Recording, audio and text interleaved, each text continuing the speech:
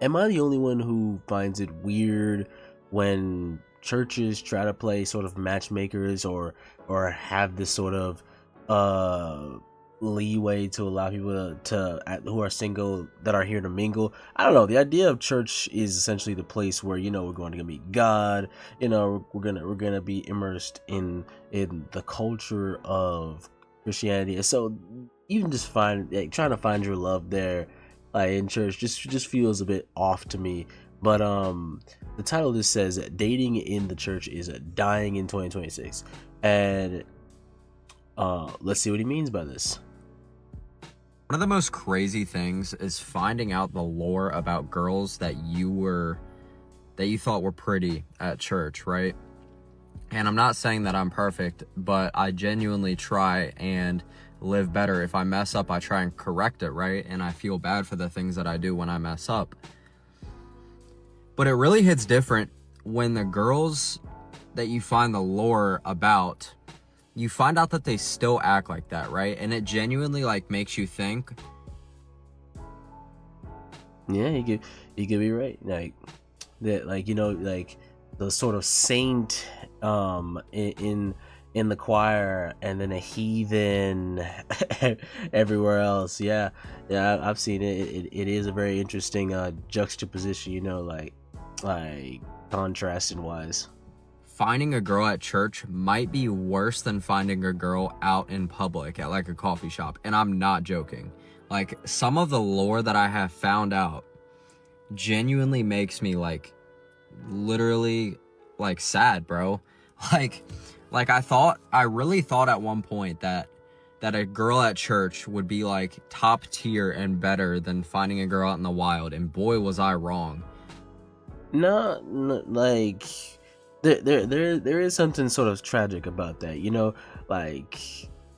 I often say that the church itself is sort of like a hospital, not necessarily a sort of pristine place. It's full of sick people who are trying to get right with God, not necessarily individuals of a particular higher caliber, which is good in some ways and tragic in other ways. You do want to find that type of holy reverent type of woman, and it is sad that sometimes you can't really find it in church because, well, let's just say that that past is very much the present.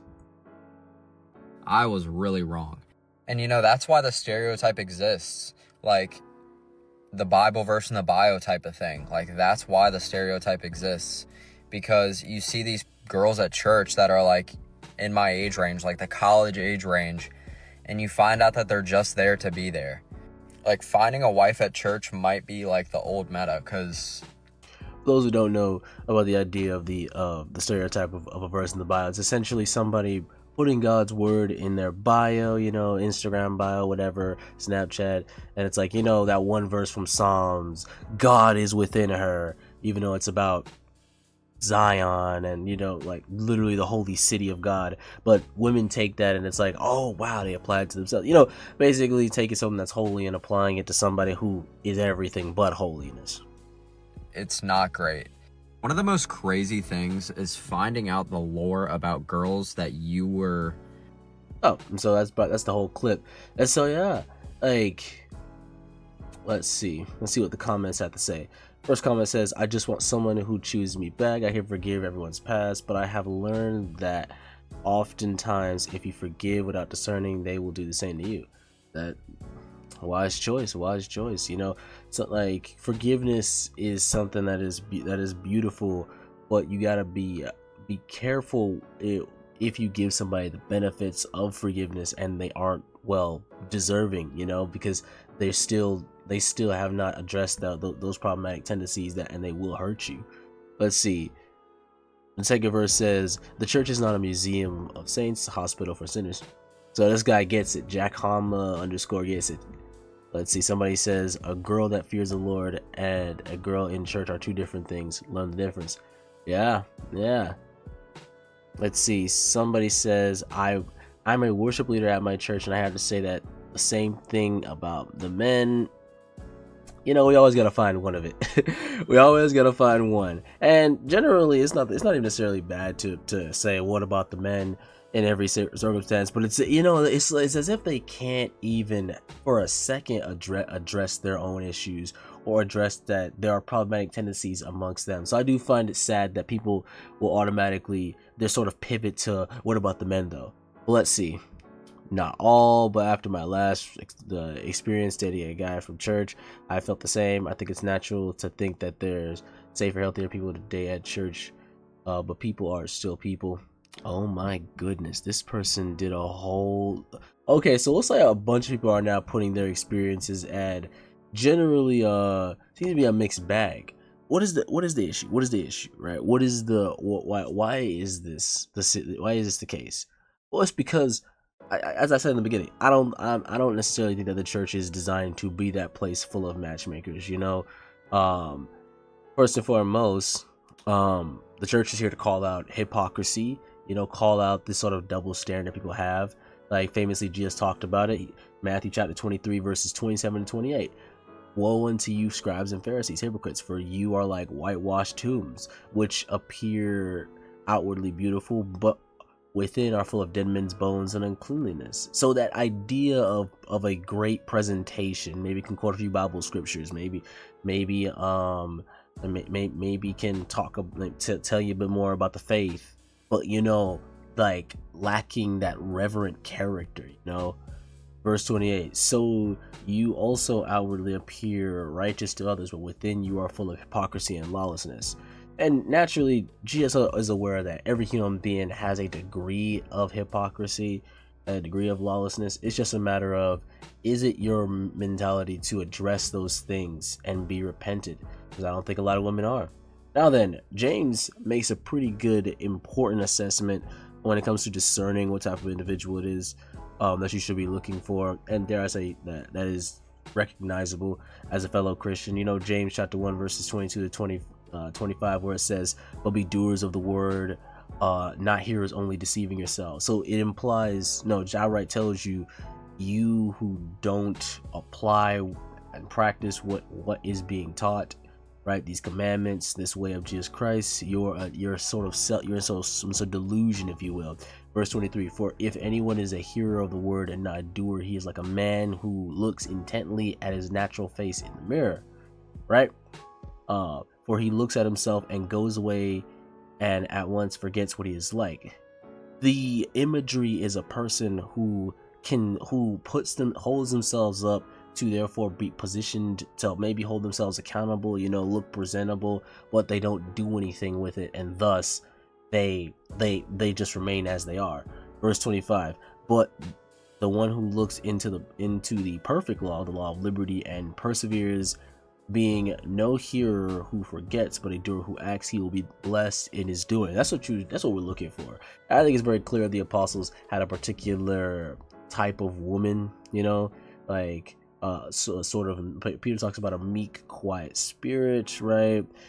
Paul talked about how you shouldn't be usurping the service, you know, making it about you and you at all. You should be sort of absorbed into the background. Why is that? It's because, well, simply put, everywhere in the world, you know, you get this idea, and I'll put the verse on screen, but everywhere you got this idea of essentially people want to be heard, but remember, church is not about, or dare I say, the culture and the idea of church is not about individuals being heard. It's about the Christ, or dare I say, Jesus Christ is glory. And so that is why the apostles position women behind men and women silent. But let's go to James chapter 2, verses 17. A very clear verse, very favorite verse for every Christian. You know, it's that one that cuts all the nonsense. So also faith by itself, if it does not have works, is dead. Very simple, right? If this persuasion you have does not particularly have deeds behind it, a way about it, you know, habits, you know, what you looking like Christ, not just in your speech, in your mind, but also the way you move, then it's dead. It's not real. Basically, it's false. Now then, I get it. It's hard to find relationships, and you're talking to a single man right now. But here's what I will say, let us naturally heed the wisdom of Hebrews.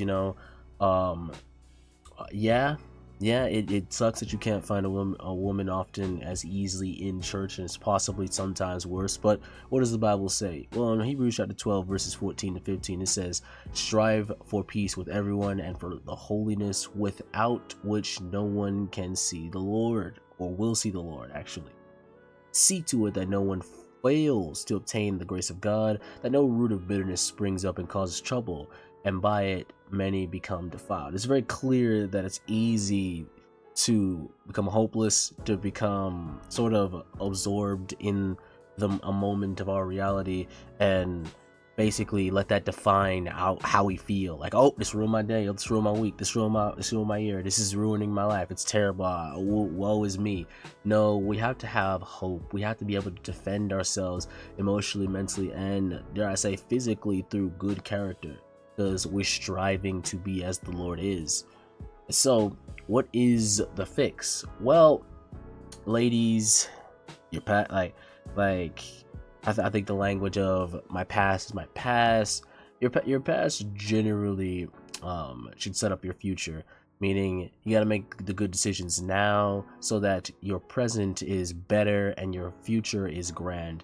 And no better verse, I think, demonstrates the idea of what we are trying to capture when it comes to church than this verse. Galatians chapter 5 verse 6.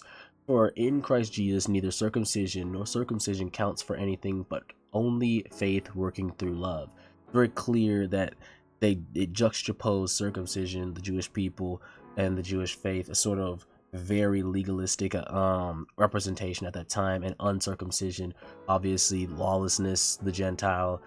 It positions these two things to demonstrate that it is neither good to be so legalistic that that you cannot have a forgiveness, and so free and forgiving that you essentially lose sight of righteousness.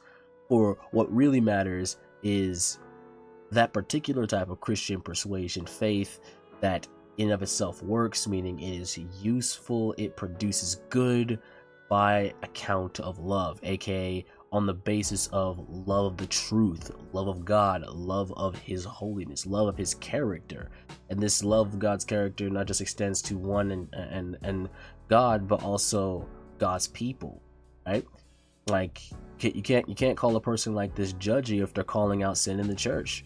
It's very clear that he's not to shame anybody. It's to call out the fact that, there's this idea that church should be this place where we can find brides, but let's just say we're finding something closer to heathens, and that is something to be not overlooked, but actually looked into, to say, okay, why is that the case? But let me know what you guys think. Do you think I had a nail on the head? Or do you think, nah, he's being judgmental, or you're thinking we're talking about something important? But either way, keep in mind, gentlemen, again, I don't think you should be looking for love through the church. Like, maybe off the side, church service has ended, and you meet a friend from school, you meet a friend from or somebody, after off the church grounds, maybe. But again, at the church, no, definitely. I don't think that's a good idea. It's that sounds like very problematic to me. But I don't know. Let me know what you guys think in the comments. Do you think I'm right? Do you think nah, something? It's like church is a place full of love. Either way, I love to hear from you, and God bless and stay blessed. Take care.